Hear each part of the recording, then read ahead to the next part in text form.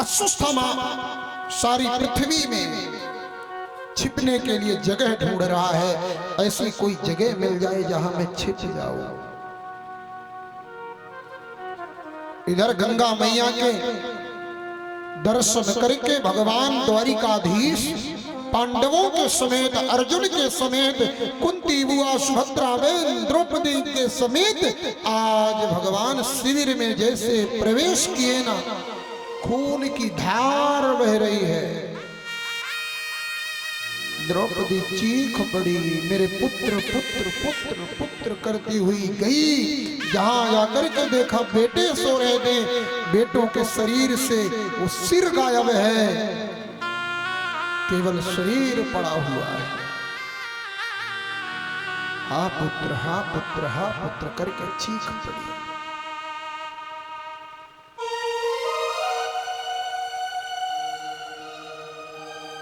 रोती हुई द्रौपदी को देख करके अर्जुन का क्षत्रिय खून खोल उठा। अर्जुन ने संकल्प लिया, द्रौपदी अगर मैं वास्तव में पांडु पुत्र हूं तो मैं पांडु पुत्र अर्जुन गांडीवधारी अर्जुन संकल्प लेता हूं, जिसने भी मेरे बेटों का वध किया है मैं उसके सिर को काट करके लाऊंगा। इसके बाद भी अपने बेटों का संस्कार करूंगा, अन्यथा संस्कार नहीं करूंगा। भगवान मुस्कुराने लगे, अरे मारने का और बचाने का काम तो मेरा है, अर्जुन कब से ठेकेदारी लेने लगा मारने की बचाने की। फेंके सब आप रथ चलाइए। भगवान रथ चलाने लगे, अर्जुन धनुष बाण लिया और पीछे खड़ा हो गया रथ पे। भगवान रथ चला रहे, वहां जा पहुंचे जहां पर अश्वत्थामा को भागता देख अर्जुन समझ गए मेरे पुत्रों को मारने वाला ये है।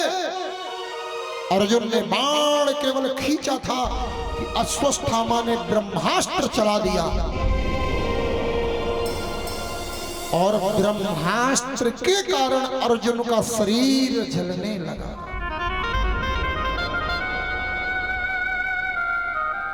अर्जुन चीख पड़ा, हे प्रभु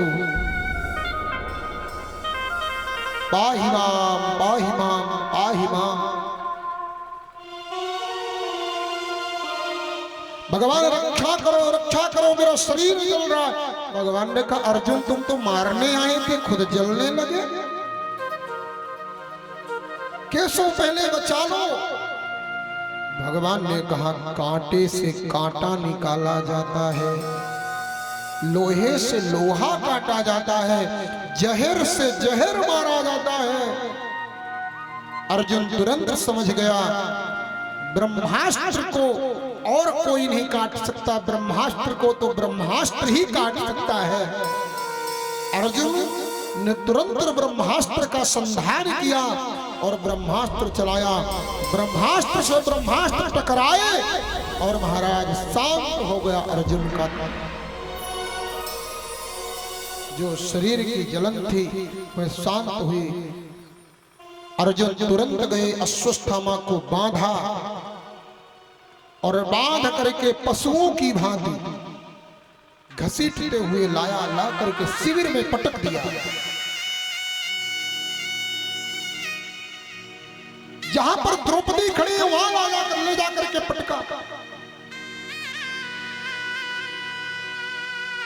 द्रौपदी ने देखा गुरु द्रोण के पुत्र अश्वत्थामा को रस्सी में बंधा हुआ।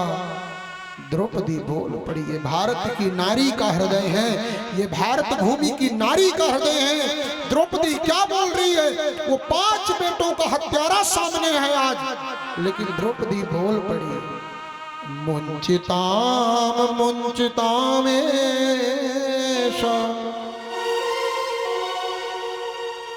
ब्राह्मणो नितरांगुरु।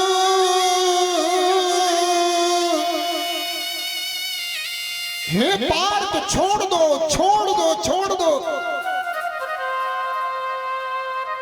अर्जुन कहते हैं ये आपके बेटों का हत्यारा है, आप करी छोड़ दो। बोले बेटों का हत्यारा बाद में है, पहले तो ये आपके गुरु का बेटा है। दूसरी बात यह ब्राह्मण है, ब्राह्मणों ने तरांग गुरु, इसे छोड़ो। अर्जुन कहता मैं नहीं छोड़ूंगा।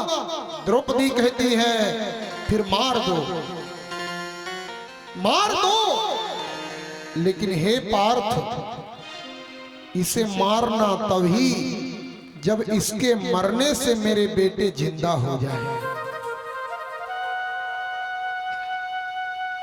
इसे मार दो, लेकिन मारो तब जब मैं इसके मरने से मेरे बेटे जिंदा हो। ये भी मर जाए, मेरे बेटे भी न जिंदा हो, तो क्या क्या मतलब मारने।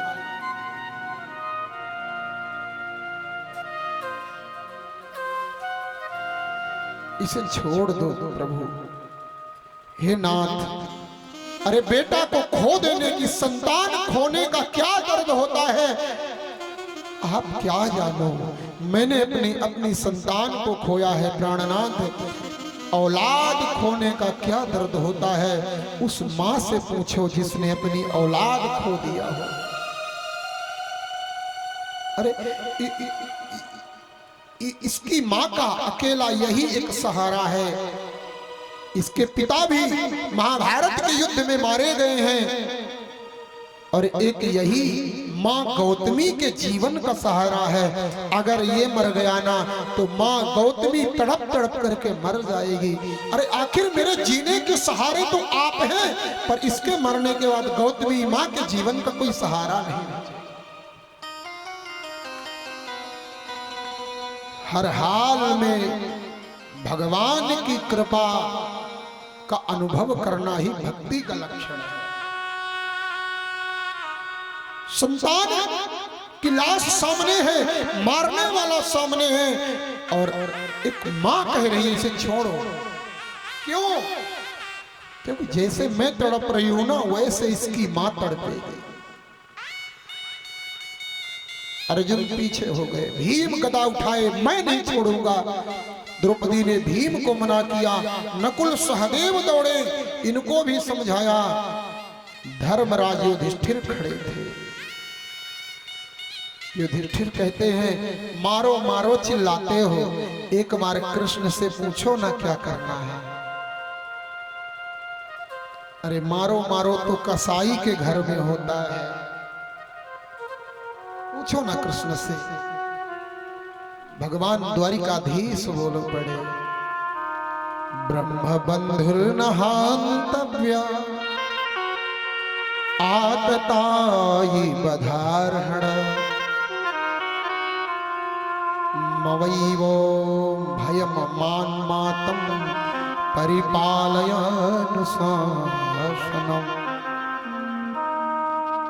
भैया अगर मेरे से पूछो ना तो मेरी नजरों में ब्राह्मण को मारना नहीं चाहिए, लेकिन क्या केशव बोले आताताई को छोड़ना नहीं चाहिए। तो भगवान आताताई कौन है? बोले आताताई वह है मत्तम प्रमत्त उन्मत्तम सुप्तम बालश्रियं जड़ं।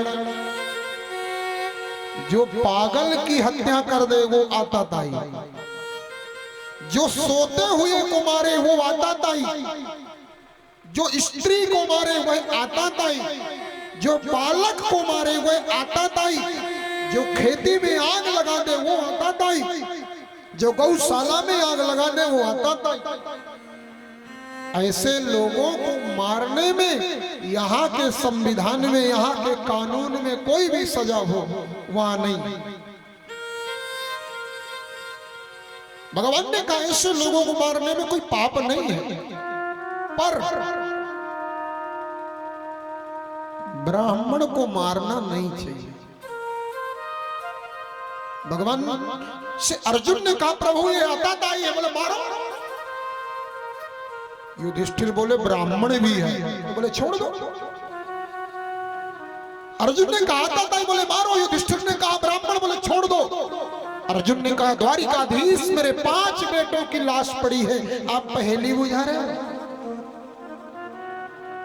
भगवान ने कहा नहीं भैया, मैं तो सत्य बोल रहा हूं। ब्राह्मण है तो छोड़ दो, आताताई है तो मार दो। बोले दोनों हैं, तो बोले दोनों कर दो, मार भी दो छोड़ भी दो। कैसे? बोले ब्राह्मण को जान से मारने की जरूरत नहीं है, ब्राह्मण का सिर्फ अपमान हुआ ना, वो मर गया।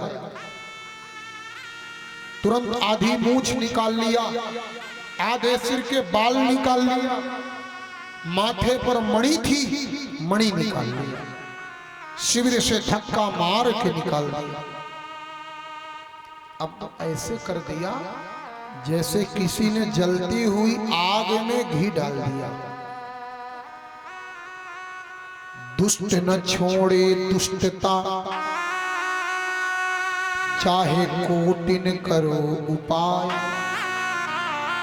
नाग सदा ही विष करे, चाहे देखो दूध पिलाए। अब ये और क्रोध में भरा है, पांडवों तुम्हारे सारे बेटों को 5 को मैंने मारा, वीर अभिमन्यु चक्रव्यूह में मारा गया। अब तुम्हारे संतान नहीं है, तुम्हारे घर में एक विधवा बहू है। कौन? उत्तरा। और वह जिस दिन वीर अभिमन्यु युद्ध क्षेत्र गए थे, उसी दिन गर्भवती हुई थी, उसके गर्भ में बच्चा पल रहा है। आज मैं उसके गर्भ को नष्ट कर दूंगा, तुम्हारे वंश को जड़ समेत नष्ट करूंगा। और इस दुष्ट अश्वत्थामा ने मां उत्तरा के गर्भ में वो ब्रह्मास्त्र चला दिया। उत्तरा मां का गर्भ जलने लगा, मां उत्तरा चीख पड़ी, पाहि पाहि महायोगिन, देव देव जगतपते, नालव तद्भयं पश्य, यत्र मृत्यु परस्परम। हे केशव पाहि माम गोविंद पाहि माम। मैं जल जाऊं मुझे दुख नहीं है, मैं मर जाऊं मुझे गम नहीं है, लेकिन मेरे पेट में जो बच्चा पल रहा सिर्फ उसे बचा लो कन्हैया। क्योंकि ये पांडव वंश का दीपक मेरे गर्भ में पल रहा है और ये दीपक बुझने न पाए। हे केशव बचाओ बचाओ बचाओ। दोनों हाथ ऊपर करके उत्तरा ने गोविंद को पुकारा, केशव पाहि माम, गोविंद पाहि माम, हे कृष्ण पाहि माम। एक बात बताओ भला, एक बहनों बैठ जाओ ना शांति से। इस दुनिया में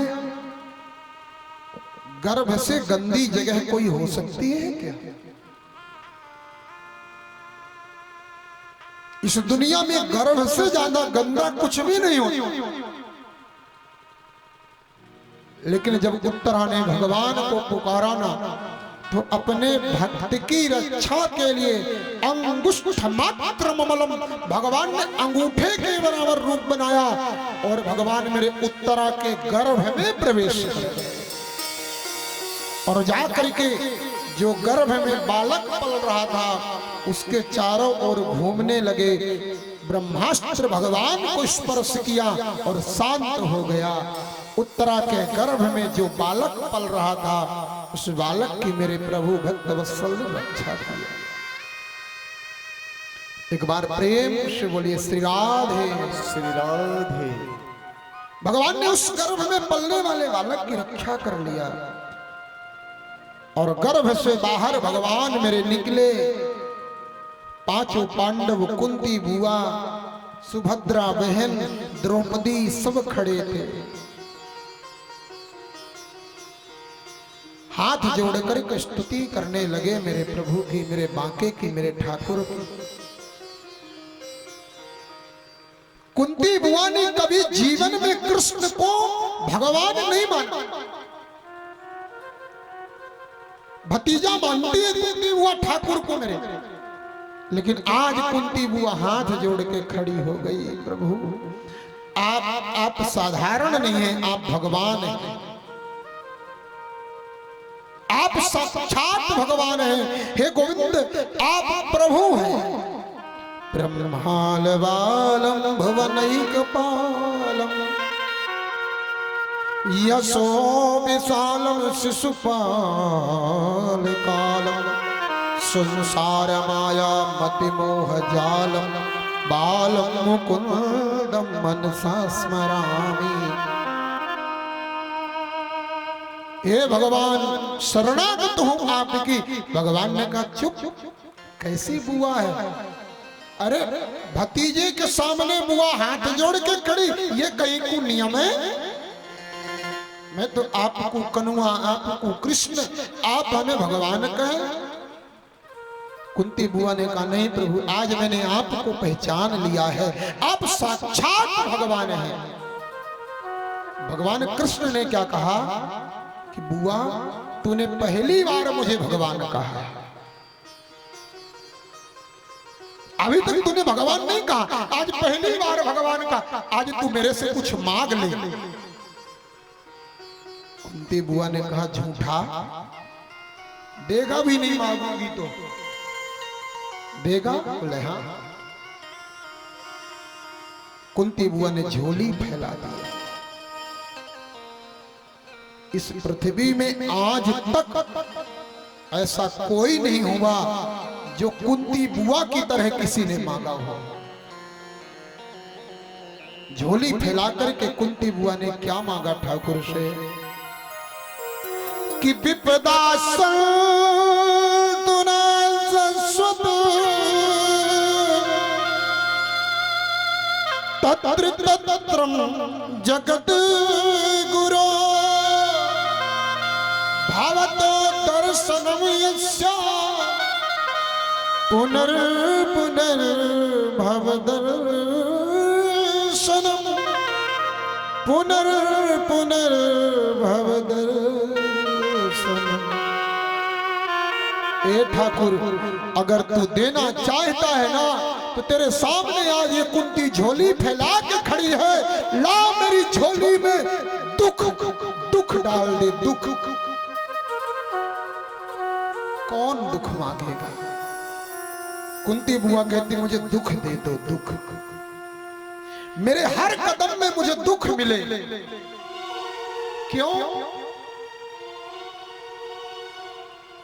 दुख ही क्यों बुआ?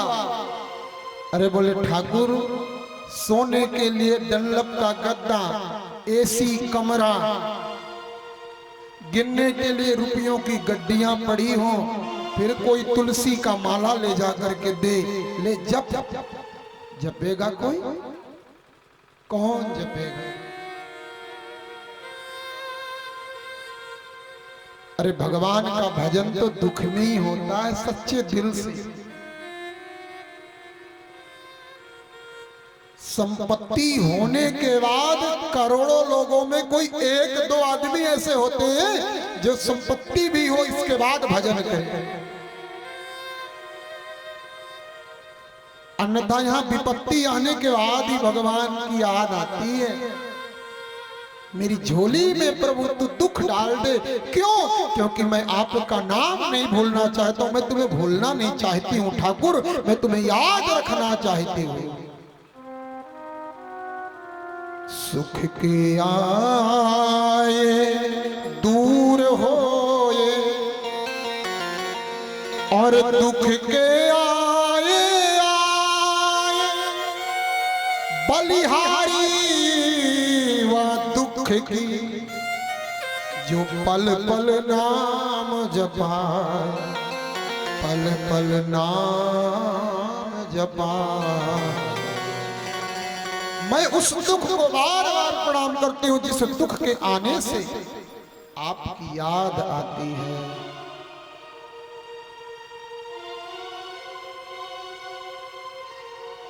हे ठाकुर मुझे ऐसा दे दो, मैं आपको आपको कभी भूलूं नहीं, मैं तुम्हें कभी भूलूं नहीं मेरे प्राण। हमेशा कहना चाहिए। एक बार आप सब लोग बोलिए मेरे साथ में, हे नाथ मैं आपको कभी भूलूं नहीं। बोलिए एक बार भाव से, हे नाथ मैं आपको कभी भूलूं नहीं, मैं आपको कभी भूलूं नहीं। परमात्मा की केवल याद बनी रहे जीवन में, सिर्फ इससे बड़ी संपत्ति कुछ और नहीं हो सकती, इससे बड़ा सुख कभी और कुछ हो नहीं सकता। भगवान ने कहा, ए बुआ तुझे जीवन में दुख कम मिला क्या? अरे जन्म हुआ, जन्म के बाद में अल्पायु में विवाह हुआ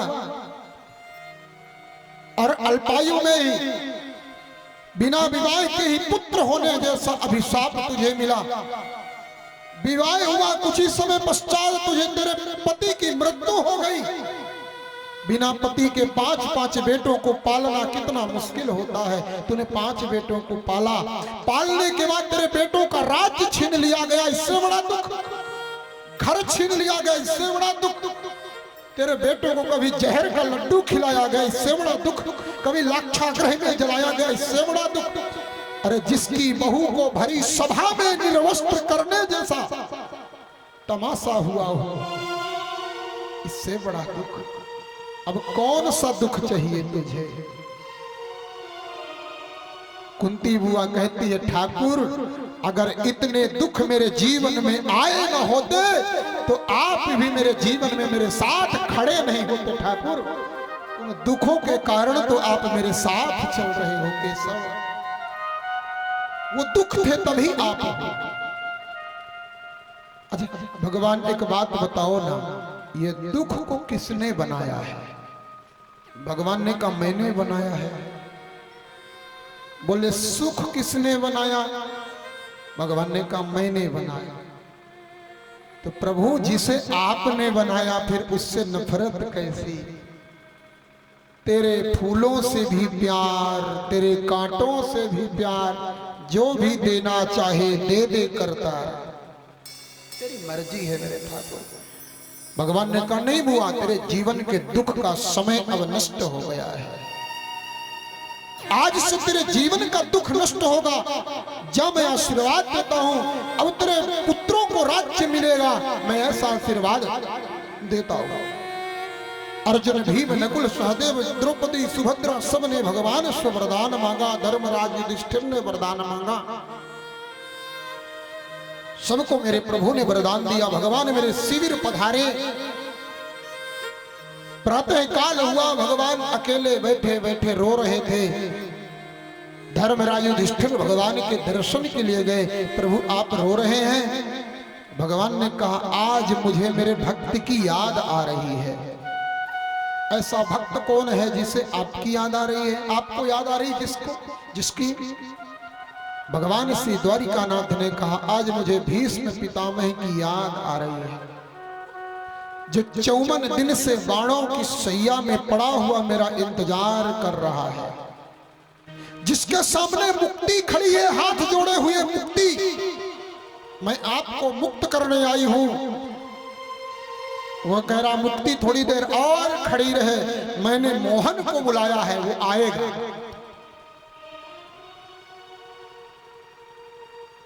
निवेदन किया मुक्ति थोड़ी देर खड़ी रहे, मैंने मोहन को बुलाया है, वो आता होगा, वो आएगा। और जब तक मैं मोहन का दर्शन ना कर लूं ना, तब तक मैं जाऊंगा नहीं, तब तक मैं मरूंगा नहीं, तब तक मैं मुक्त नहीं होऊंगा बिना कृष्ण के दर्शन। मैंने मोहन को बुलाया है, वो आता होगा। मैंने मोहन को बुलाया है, वो आता होगा। सामने आओगे, ओ सामने आओगे, या आज भी पर्दा होगा। सामने आओगे, या आज भी पर्दा होगा। मैंने मोहन को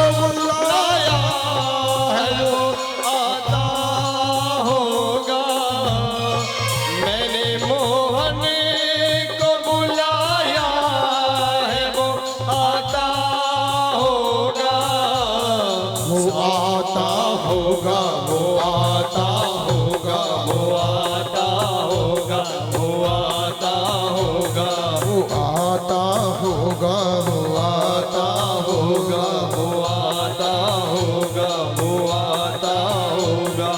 मैंने मोहन को बुलाया है, वो आता होगा।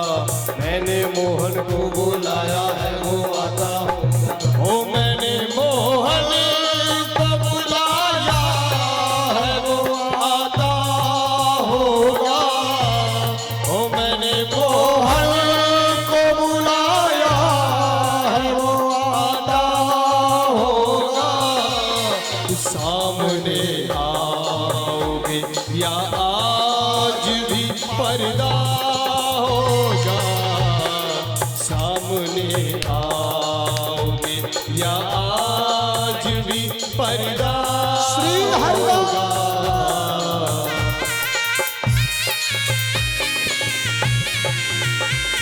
बेटी बेटी तालियों के साथ में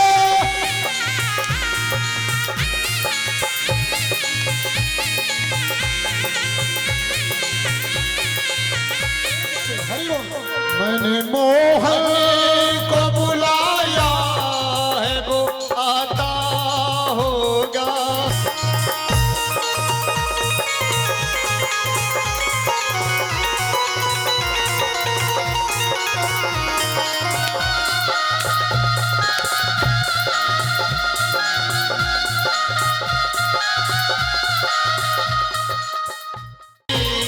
मौत आती है तो आ जाए, कोई गम तो नहीं। मौत आती है तो आ जाए, कोई गम गम ही नहीं, वो भी आएगा।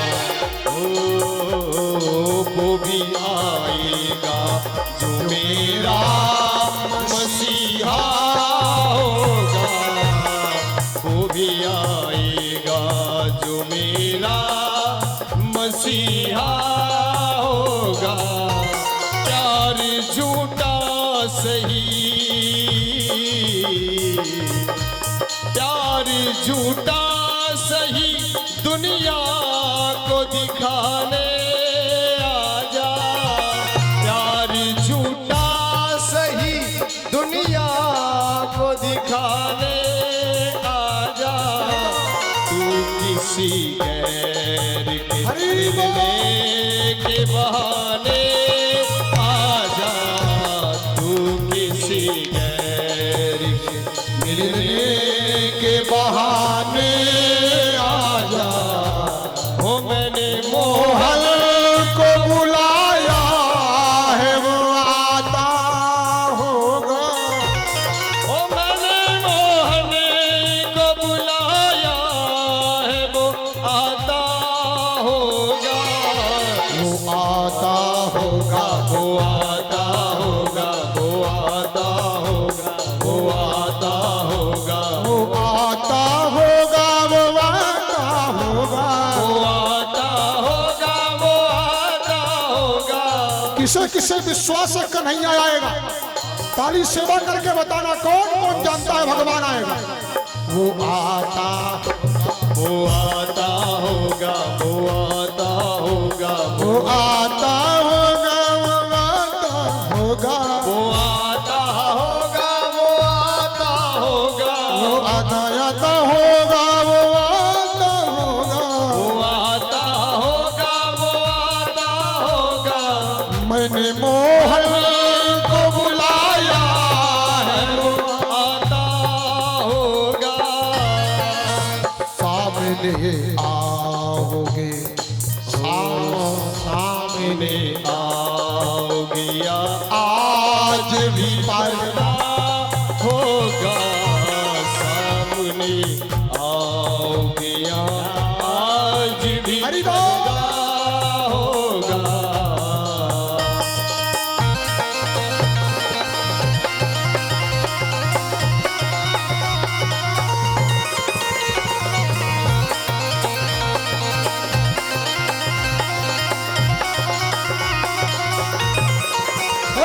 हरी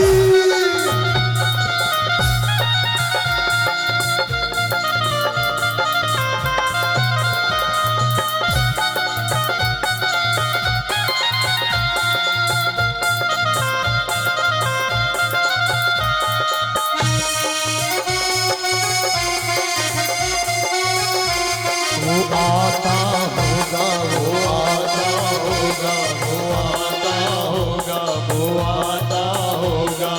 हम गुनाहगारों ने सोचा ही नहीं था प्यारे, ओ हम गुनहगारों ने सोचा ही नहीं था प्यारे, हम गुनाहगारों ने सोचा ही नहीं था प्यारे।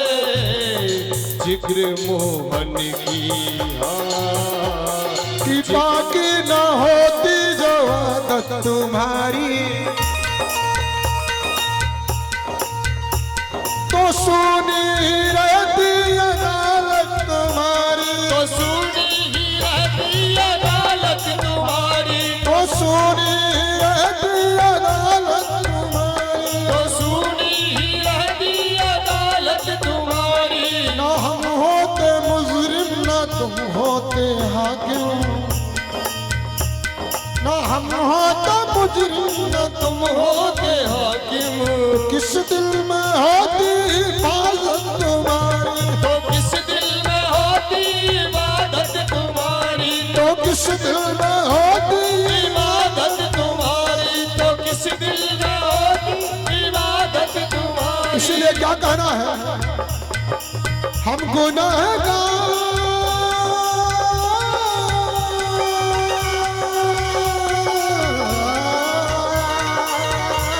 ओ हम गुनहगारों ने सोचा ही नहीं था प्यारे, हम गुनाहगारों ने सोचा ही नहीं था प्यारे। जिक्र मोहन की, ओ जिक्र मोहन की गली में भी हमारा होता, जिक्र मोहन की गली में भी हमारा होता। ओ मैंने मोहन को बुलाया है, वो आता होगा, वो आता होगा, वो आता होगा, वो आता होगा, वो आता होगा, वो आता होगा, वो आता होगा, वो आता होगा, वो आता होगा, वो आता होगा, वो आता होगा। वो आता होगा, वो आता होगा। तुम ही आना, ओ तुम भी आना, हो तुम ही आना, हो तुम ही आना, हो मेरे घर आज तमाशा होगा। ओ तुम भी आना, मेरे घर आज तमाशा होगा। तुम भी आना, मेरे घर आज तमाशा होगा। तुम ही आना। बोल राधा रमण लाल की जय हो। एक बार प्रेम से बोले श्री राधे, श्री राधे, श्री राधे। श्री राधे। मैंने मोहन को बुलाया है, वो आता होगा, सामने आओगी या आज भी पर्दा होगा। पर्दा भी तेरा, पर्दा नसी भी तू है, पर्दा भी तेरा, पर्दा नसी भी तू है। जब चाहे तू हटा सकता है, अरे मेरा नसीब भी तू है। हे केशव, आज तो आना पड़ेगा, मुक्ति सामने खड़ी है, ध्यान रखना। ये भगवान के भक्त का लक्षण है, वो मुक्ति नहीं चाहता है, वो स्वर्ग नहीं चाहता है।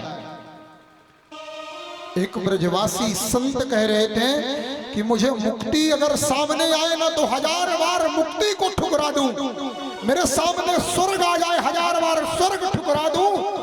मुझे न मुक्ति चाहिए न स्वर्ग चाहिए, मुझे तो मेरा गोपाल चाहिए, मुझे तो मेरा कृष्ण चाहिए। भीष्म पितामह ने निवेदन किया भगवान श्री द्वारिकाधीश आज संपूर्ण पांडवों के साथ आए। भगवान द्वारिकाधीश ने भीष्म पितामह को दर्शन दिया। भीष्म पितामह जी ने विनती किया, प्रभु आज आप मेरे सामने खड़े हो, हमने सुना है कि बिना कन्यादान के अगर कोई मर जाता है उसकी मुक्ति नहीं होती। प्रभु मेरे भी एक बेटी है, अटपटा है ना थोड़ा, वो अखंड ब्रह्मचारी जिसने स्त्री का स्पर्श भी नहीं किया,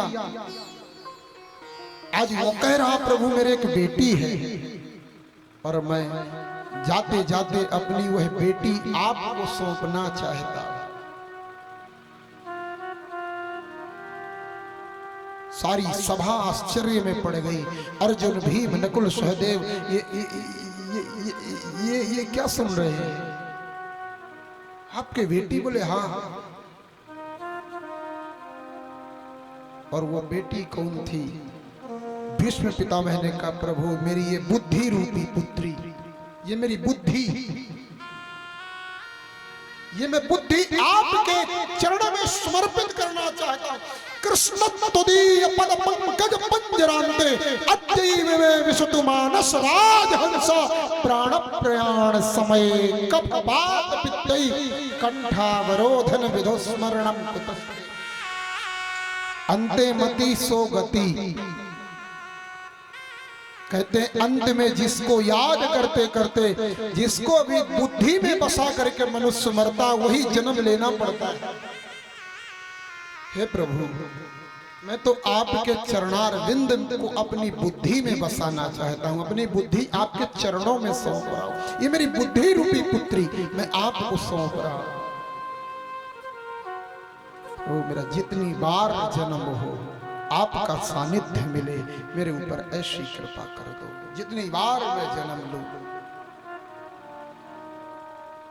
भगवान के देखते देखते पितामह के हृदय से एक ज्योति निकली।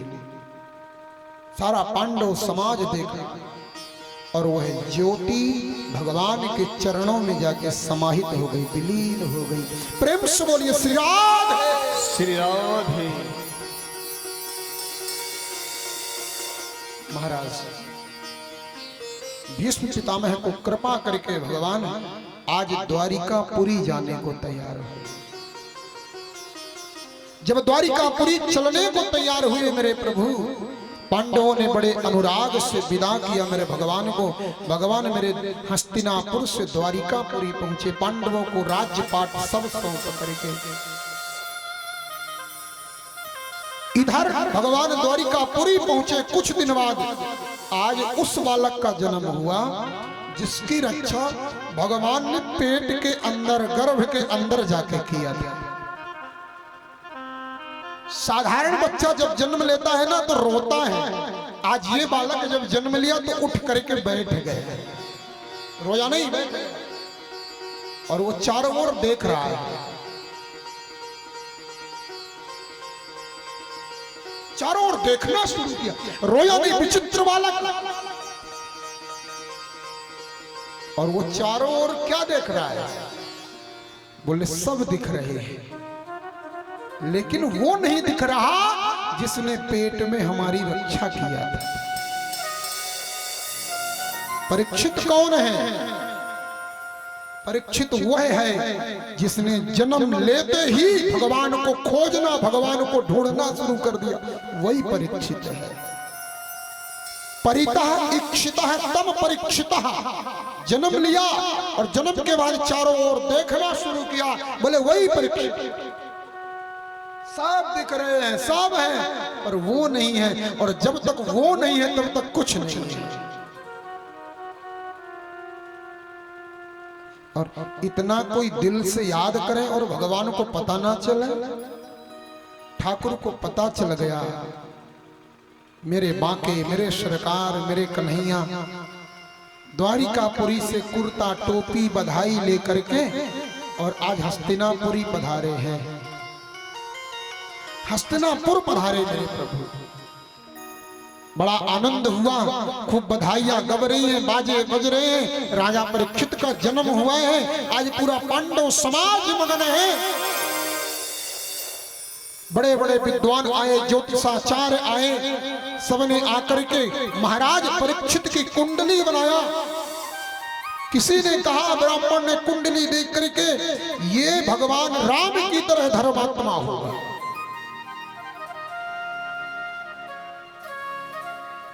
ये अपने परदादा महात्मा भीष्म की तरह दृढ़ व्रती होगा। ये धर्म का पालन करने के लिए अपने दादा युधिष्ठिर की तरह होगा, धनुर्धारियों में अर्जुन की तरह होगा। इसकी कुंडली में सब अच्छा अच्छा, लेकिन एक दोष है, वह काल सर्प दोष। उस दोष के प्रभाव से इसकी मृत्यु, इसका शरीर सर्प के काटने से नष्ट होगा। इसकी मृत्यु सर्प के काटने से होगी। बता दिया ज्योतिषाचार्यों ने। भगवान कुछ दिन रुके, आज मेरे प्रभु जाने वाले हैं। अर्जुन भगवान को छोड़ने द्वारिकापुरी गए। समय महाराज बीता, यदुवंशियों को श्राप लगा, यदुवंशियों को श्राप लगा, जाओ संपूर्ण यदुवंशी आपस में लड़ भी भिड़ करके और सबका प्राणांत हुआ। भगवान मेरे जो ये पंच तत्व शरीर था भगवान का, गोलोक पधारा। दिव्य तत्व भगवान का श्रीमद् भागवत महापुराण में पधारा। अर्जुन आए, युधिष्ठिर के सारा समाचार बताया। युधिष्ठिर जी ने विचार किया, जब भगवान ही नहीं तो हम क्यों। भगवान गोलोक पधार गए। पांडवों ने स्वर्गारोहण किया, स्वर्ग की यात्रा, स्वर्गाश्रम की यात्रा। राजा किसे बना दिया? परीक्षित को राजा बना दिया।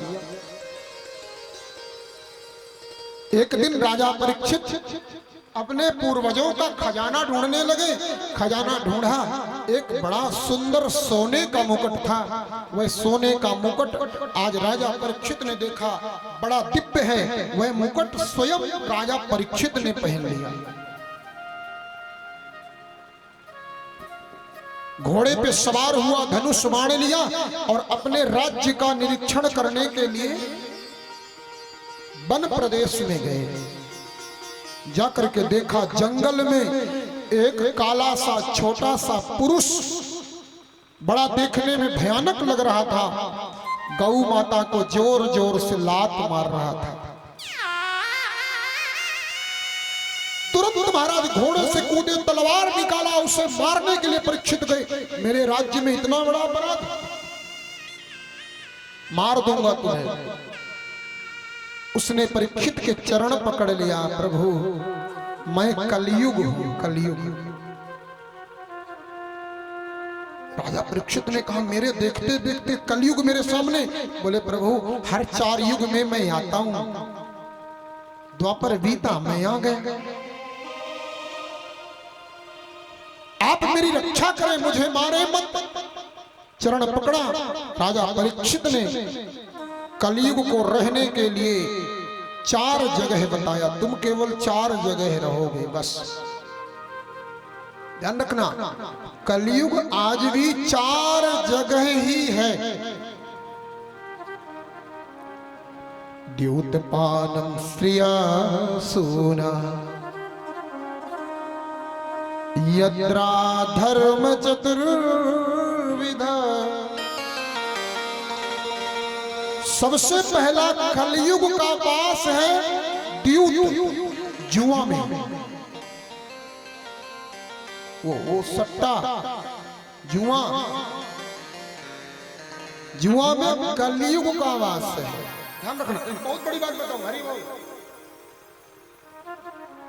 जुआ खेलने वाला व्यक्ति धनवान हो सकता है। जुआ खेलने वाला व्यक्ति धनवान हो सकता है, लेकिन इस व्यासपीठ से लिख के जाइए, सुखी नहीं हो सकता। एकदम सत्य मैं वो बोल रहा हूं जो है। दूसरा शब्द है मदिरा।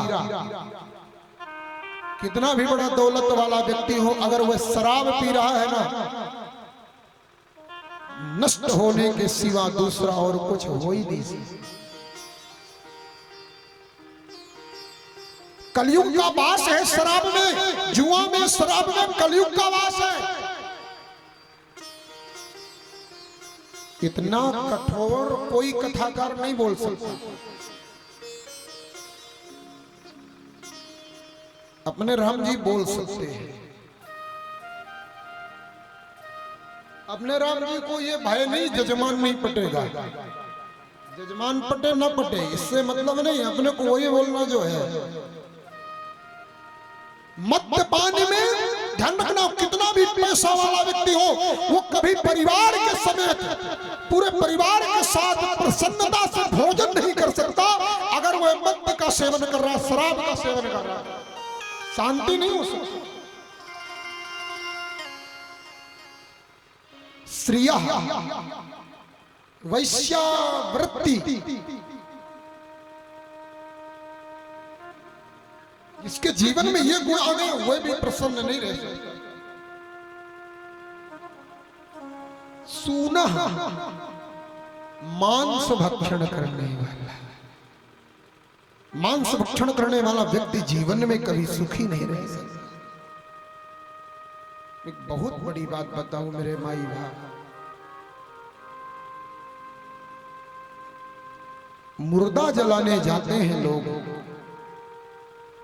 एक मुर्दा जलाने के लिए लोग जाते हैं, जला करके वापस आते हैं, नहाते हैं। क्यों?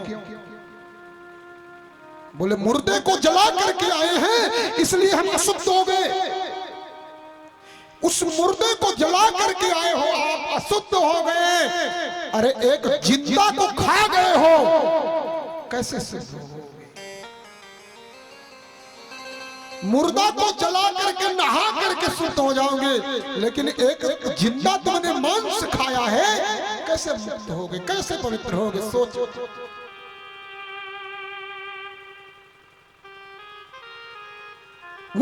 उस मुर्गे के बच्चे को तुम मार रहे हो ना, उसकी माँ को भी दर्द हो रहा है, वो किसी से उलाहना नहीं दे सकती। बस जिस बकरे को तुम खा रहे हो ना, उसकी माँ को दर्द हो रहा है, वो सिर्फ चिल्ला नहीं सकती, उलाहना नहीं दे सकती। ध्यान रखना, इस दुनिया में सबकी हाय मिट सकती है, लेकिन माँ की हाय कभी नहीं मिट सकती। मेरे माई बाप ये ध्यान रखना, वो माँ बकरे की हो, मुर्गे की हो, या किसी चारों जगह में कलयुग का वास है। और जो मनुष्य इन चार में किसी एक को पकड़ता, हरि बोल, बीच में छोरा लोग बात मत करो, अनि घर देखो, संभालो, जाओ, मटर वटर संभालो, मटर टूट रहा है संभालो, बीच में बात नहीं। जिसके जीवन में ये चार गुण आ गए ना, कलयुग आ गया। जहां कलयुग वही नष्ट होने प्रारंभ है, और जहां ये कलयुग नहीं वहां मेरा भगवान वास करता है, मेरे प्रभु वास करते हैं। आनंद तो वही होगा जहां ये कलयुग। प्रयास करो ना ये जीवन का ये दुर्गुण मिट जाए, जीवन का ये दुर्गुण चला जाए आपके। कलयुग ने कहा प्रभु ये चारों जगह गंदी है, एक अच्छी सी दे दो ना। ध्यान से सुनना, ये चारों जगह गंदी है, कोई अच्छी जगह दो ना। एक राजा परीक्षित ने कहा जाओ सोने में तुम्हारा वास हो। सोना बड़ी अटपटी बात है। इधर शास्त्रों में कहा गया है, भगवान ने गीता में कहा धातु नाम कांचनो हम। भगवान कृष्ण कहते हैं धातुओं में सोना में मेरा वास है। भागवत में कहा सोने में कलयुग का वास है। ये कैसे? सोना दो तरह का होता है, आप सोच रहे होंगे, सही बात है, एक 23 कैरेट, एक 24 कैरेट। नहीं, सोना दो तरह का है। एक होता है पाप की कमाई का सोना, और एक होता है धर्म की कमाई का सोना। धर्म से जो कमाया हुआ स्वर्ण है ना, उसमें भगवान का वास है। अधर्म से कमाया हुआ सोना, उसमें कलयुग का वास है। इतना कहना हुआ कि राजा परीक्षित के सिर में सोने का मुकुट था, उसी में जाके कलयुग बैठ गए। अब एक बात बताओ, राजा परीक्षित के जो सिर में मुकुट था, क्या वो अधर्म की कमाई का था? बोले हाँ। जब भीम ने जरासंध को मारा था, जरासंध को मार करके, जरासंध का मुकुट बड़ा सुंदर था, वो छीन करके लाया था। आज वही मुकुट राजा परीक्षित ने पहना है। कहा कलयुग बैठ गया। कलयुग आपके जीवन में आ गया, कैसे पता चलेगा?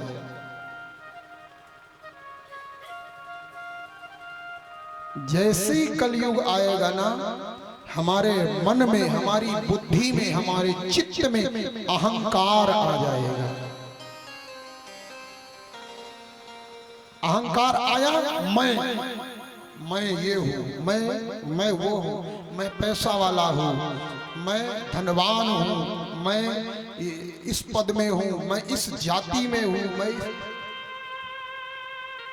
जब मैं था तब हरि नहीं, अब हरि है मैं नाही। प्रेम गली अति साकरी, या में दो ना समाही। अहंकार से तीन गए। अहंकार आएगा तो तीन चीजें नष्ट हो जाएगी। क्या क्या? अहंकार में तीन गए, धन, वैभव और वंश। ना मानो तो देख लो रावण, दुर्योधन, कंस। ये तीनों नष्ट हो गए अहंकार के कारण। अहंकार आया तो कलयुग आ गया। राजा परीक्षित को अहंकार आया, मैं चक्रवर्ती नरेश, हस्तिनापुर नरेश राजा परीक्षित। प्यास लगी। अच्छा, अहंकारी आदमी का सबसे बड़ा दुर्गुण क्या है? वो सच नहीं जानता, उसे सच झूठा लगता है। अहंकार का सबसे बड़ा ये पहचान है। एकदम अहंकार से पूर्ण होकर के प्यास लगी और ये महात्मा के आश्रम में पानी पीने के लिए जा पहुंचा। महात्मा समाधि में बैठे थे। ए बाबा जी पानी दो। अहंकार आ गया ना। महात्मा समाधि में बैठे थे, कुछ पता ही नहीं चल रहा। पानी दो महाराज, पानी दो। समीक ऋषि के सामने जाकर के पानी मांग रहे महात्मा समाधि में। पता नहीं चला, ढोंगी कहीं का, पाखंडी कहीं का, नाटक करके बैठा है, ढोंग करके बैठा है। ये देखिए, ये अहंकार का पहचान। तुरंत मरा हुआ सांप पड़ा था, मरा हुआ सांप लाया, गले में डाल दिया। मरा हुआ सर्प गले में ला करके डाला। महात्मा को अभी भी पता नहीं चला। इतने में दो संत थे, दौड़े दौड़े गए, जाकर के उस महात्मा के पुत्र श्रृंगी ऋषि से बताया, महाराज महाराज, आपके पिता के गले में मरा हुआ सर्प डाल दिया। राजा परीक्षित ने कौशिकी नदी पर नहा रहे थे, अंजलि भर जल लिया। कौशिक्या पुष्पस्यं वाकवज्रम विसर्जहा, इदलंघित मर्यादा तक्षका सप्तमे हनि। जिसने मेरे पिता के गले में मरा हुआ सर्प डाला, मैं समीक पुत्र श्रृंगी श्राप देता हूं, आज के 7 दिन बाद उसकी मृत्यु हो जाएगी तक्षक नाम के सर्प के काटने से। श्राप लगा।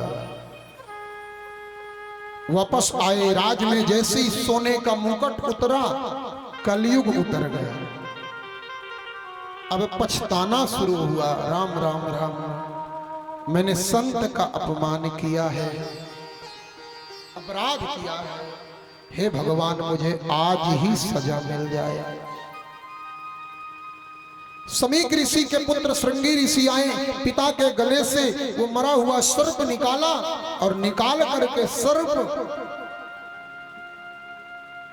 प्रार्थना किया, प्रभु आपका बड़ा अपमान हुआ है। पूज्य पिताजी, आपका अपमान हुआ। राजा परीक्षित ने अपमान किया, समाधि टूट गई। कोई बात नहीं, जिस राजा ने आज तक भोजन दिया, पानी दिया, गलती है कर दिया होगा। अरे मैंने तो श्राप दे दिया, आपने गलत किया, पर फिर भी श्राप दे दिया, जाओ सूचना दे दो। सूचना देने के लिए दो महात्मा गए, सूचना दिया। राजा परीक्षित हंस करके नाचने लगे। महात्मा कभी श्राप नहीं देता, और अगर श्राप भी देते हैं तो वरदान हो जाता है। संत जो भी करते हैं उसमें हमारा मंगल छिपा है। संत ने हमारे लिए ये वरदान दिया है। ये कैसा वरदान? 7 दिन में मरने वाला है। सारी सभा बोले राजा कैसा पागल है, 7 दिन में मरने वाला नाच रहा है। बोले इस दुनिया में कोई ऐसा माई का लाल नहीं है जो सीना ठोक के कह दे मैं कल तक जिंदा रहूंगा, कल तक। मैं सीना ठोक के कहता हूं 7 दिन, 7 दिन मेरा यमराज कुछ नहीं बिगाड़ेगा। बाकी इस पृथ्वी में कोई ऐसा नहीं जन्मा जो ये कहे मैं कल तक जीऊंगा, मैं 7 दिन जीऊंगा। और एक बात बताएं, समय को 7 दिन में मरना है, तुमको भी हमको भी। अपन सब 7 दिन में मर जाएंगे। कोई रविवार को मरेगा, कोई सोमवार को मरेगा, कोई मंगलवार को, कोई बुधवार को, कोई गुरुवार को, कोई शुक्रवार को, कोई शनिवार को। किसी के मरने के लिए 8वां दिन नहीं बनेगा। बनेगा क्या? परीक्षित कौन है? जितने लोग बैठे हैं सब परीक्षित है, और सबको 7 दिन में मरना है मेरे माई बाप। अब हमें करना क्या है जो राजा परीक्षित ने किया? राजा परीक्षित तुरंत सच्चे सतगुरु की खोज में निकल गए। राजपाट का परित्याग करके और भगवान की प्राप्ति के लिए निकले हैं। आज सच्चे सतगुरु की खोज में निकल गए, भगवान की खोज में निकल गए। गंगा माँ के जाकर के किनारे बैठे हैं महाराज। बड़े बड़े संत लोगों का आगमन हुआ। अंत में सुखदेव गोस्वामी पधार रहे हैं। बोले सुखदेव भगवान की जय हो। प्रेम से बोले श्री राधे श्री राधे श्री राधे श्री राधे। सुखदेव जी आए हैं। अब राजा परीक्षित जी क्या पूछेंगे वो अपन लोग कल सुनेंगे, समय ज्यादा हो। कोरी कृपा की कर दो लाडली श्री राधे, एक ठोर कृपा की कर दो लाडली श्री राधे। लाडली श्री राधे, लाडली श्री राधे। स्वामिनी श्री राधे, स्वामिनी श्री राधे। भक्तों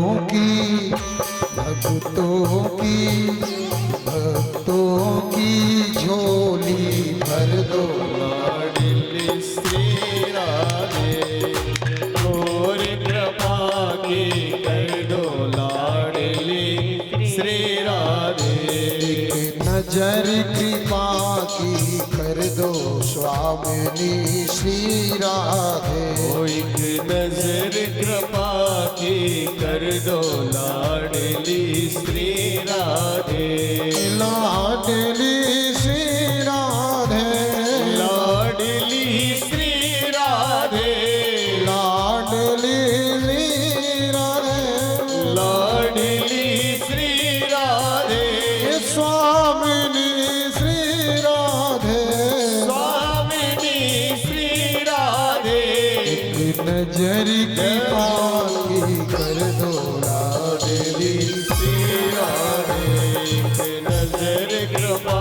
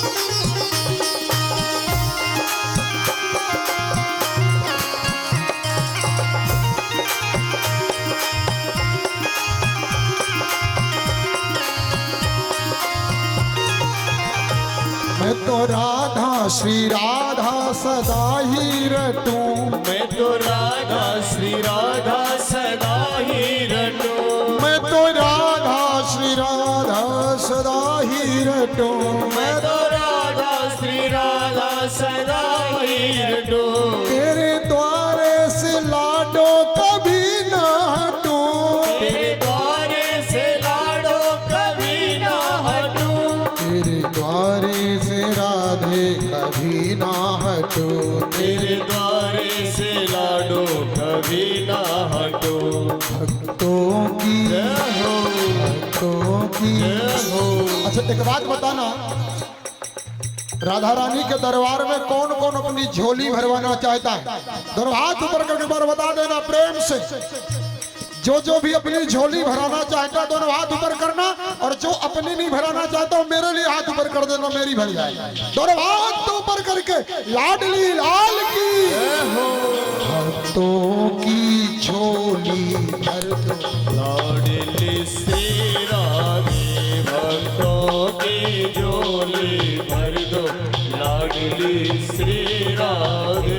एक नजर कृपा की कर दो लाडले श्री राधे, एक नजर कृपा की कर दो लाडली श्री राधे। हरि बोल।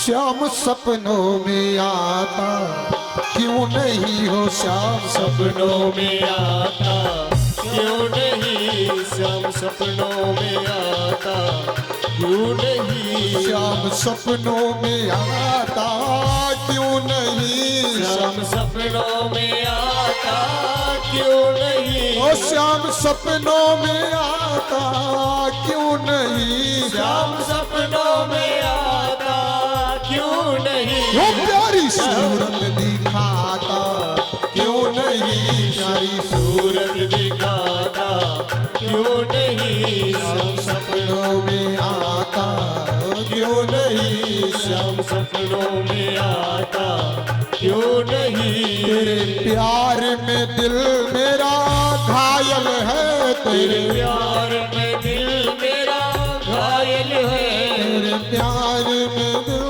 मेरा प्यार में दिल मेरा प्यार में दिल मेरा घायल है, तेरे प्यार में दिल मेरा घायल है, तेरे प्यार में दिल मेरा घायल है, वो मुझे पर हम लगाता हो क्यों नहीं, श्याम सपनों में आता क्यों नहीं, श्याम सपनों में आता आना क्यों नहीं। आई आरती के लिए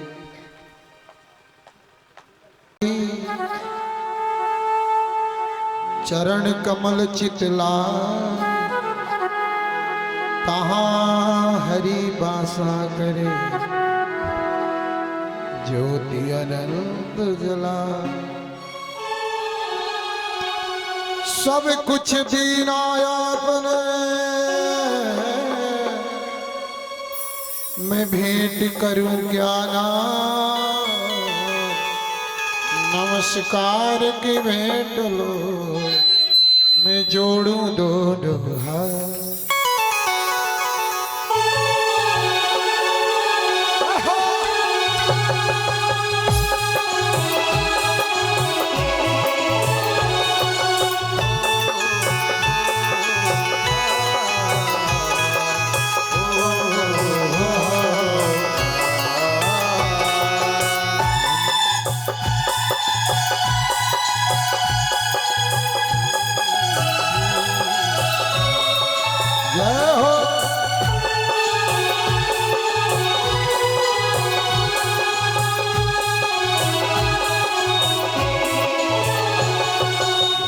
में बसा के तेरी मूर्ति, मन में बसा के तेरी मूर्ति, उतारो है गिरधर तेरी आरती। मन में बसा के तेरी मूर्ति, उतारूं है गिरधर तेरी आरती। में बसा के तेरी मूर्ति, उतारो है गिरधर तेरी आरती। मन में बसा के तेरी मूर्ति, उतारूं है गिरधर तेरी आरती। उतारो है गिरधर तेरी आरती, उतारूं है गिरधर तेरी आरती, उतारो है गिरधर तेरी आरती। उतारूं है गिरधर तेरी आरती। में बसा के तेरी मूर्ति, में बसा के तेरी मूर्ति, उतारो है गिरधर तेरी आरती। मन में बसा के तेरी मूर्ति, उतारूं है गिरधर तेरी आरती।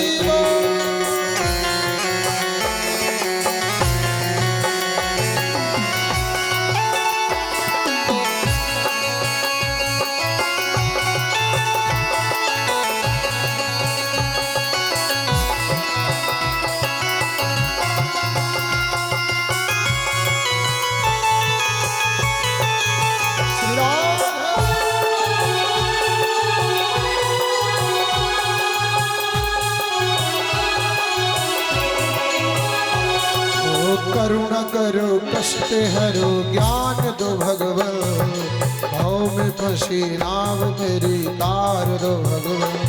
हो करुणा करो कष्ट हरो ज्ञान दो भगवन, भव में फंसी नाव मेरी तार दो भगवन। करुणा करो कष्ट हरो ज्ञान दो भगवन, भाव में फंसी नाव मेरी तार दो भगवन। करुणा करो कष्ट हरो ज्ञान दो भगवन, तब में फंसी नाव मेरी तार दो भगवन। दर्द की दवा तुम्हारे पास है, दर्द की दवा तुम्हारे पास है। जिंदगी दया की है भीख मांग की। मन में बसा के तेरी मूर्ति, उतारूं है गिरधर तेरी आरती।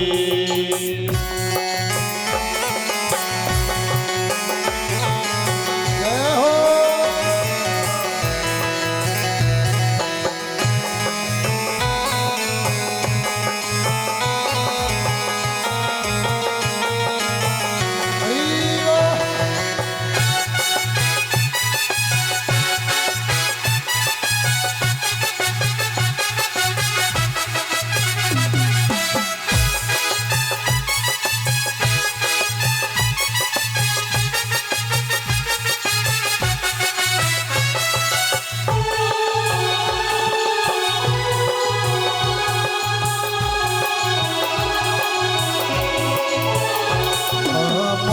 तुमसे क्या मैं यही सोचूं भगवन, जिंदगी जब नाम तेरे कर दी अर्पण। मांगू तुमसे क्या मैं यही सोचूं है भगवन, जिंदगी सब नाम तेरे कर दी है अर्पण।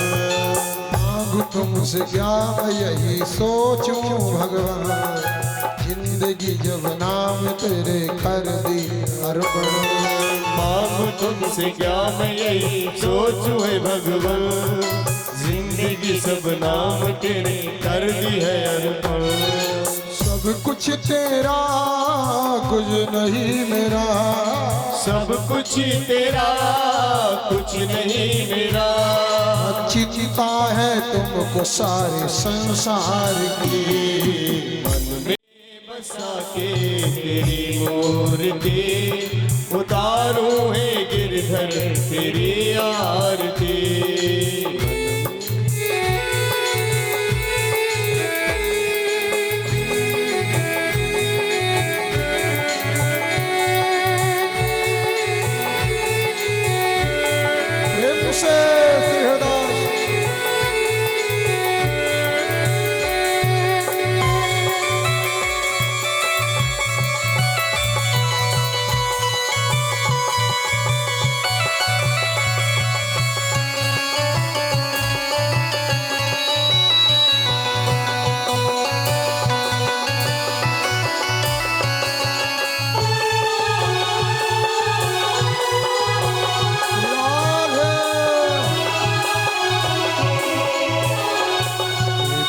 तेरी महिमा गाए संत धरे ध्यान, नारद गुण गान करे छेड़े बिड़ाता।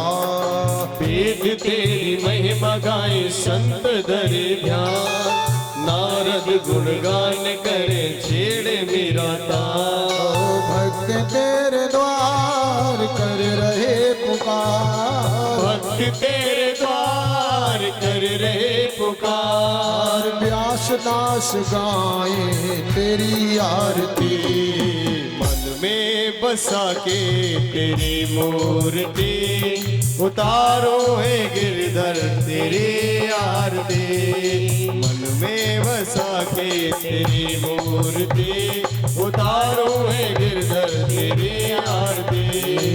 पूरे गौरव करुणावतारम संसार सारम भजनेत्रहारम, संगम हृदयारविंद भवम भवानी सतम नमामि। त्वमेव माता जपिता त्वमेव बंधो जसगा त्वमेव, विद्या त्वमेव त्वमेव सर्वं मम देव देव।